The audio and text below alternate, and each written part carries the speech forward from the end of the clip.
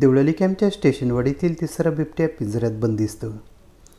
बिबट्यांचे माहेरघर अशी नव्याने ओळख बनू पाहत असलेल्या देवळाली कॅम्प शहर परिसरात आज मंगळवार दिनांक 12 रोजी पहाटेच्या सुमारास एक नर बिबट्या पिंजऱ्यात सापडला आहे.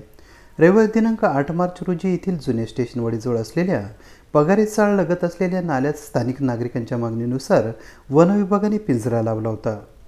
तब्बल 9 दिवस बिबट्याने पिंजऱ्याला हुलकावणी दिली होती. मात्र मंगळवारी पहाटे अखेर बिबट्या पिंजऱ्यात सापडलाच. याच भागात वनविभागाने रेस्क्यू ऑपरेशन करून नेलेला हा तिसरा बिबट्या होय.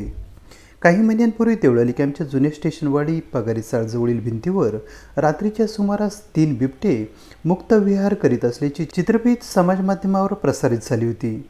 त्यामुळे या भागातील रहिवासी दहशतीच्या छायेत वावरत होते.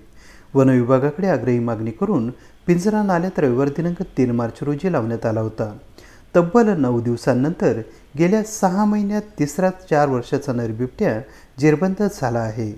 त्याची माहिती मिळताच वनविभागाचे वनरक्षक विजयसिंह पाटील, अशोक खानजोडे, अंबादास जगताप, प्राणीमित्र विक्रम कडाळे हे पहाटे घटनास्थळी दाखल झाले.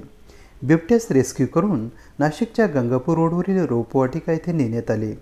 तेथे त्याच्यावर वैद्यकीय उपचार करून त्यास पुन्हा नैसर्गिक अधिवासात सोडले जाणार आहे. जेरबंद बिबट्याला पाहण्यासाठी नागरिकांची झुंबड उडाली होती. या भागातील सुयोग तपासे, सतीश भालेराव, रुपेश केदारे, राहुल उनवणे, सिद्धेश भोवर, विमल भोवर, अलका जगताप यांनी या परिसरात आणखी बिबटे असून त्यांच्या स्थलांतरासाठी तत्काळ पुन्हा पिंजरा लावण्यात यावा अशी मागणी केली आहे. दरम्यान लष्करी रेंजमधून बिबटे नागरी वस्तीकडे धाव घेत असल्याचे वास्तव चित्र आहे. देवळाली कॅम्पच्या पश्चिम भागात लष्कराचे मोठे फायरिंग रेंज असल्याने त्या भागात लष्कराच्या फायरिंगचा सराव सुरू झाल्यानंतर आपला जीव वाचवण्यासाठी भीतीपोटी बिबटे थेट नागरी वस्तीकडे धाव घेत आहेत. देवळाली कॅम्प शहराच्या सभोवताली अजूनही बिबट्यांचा मुक्त संचार आहे.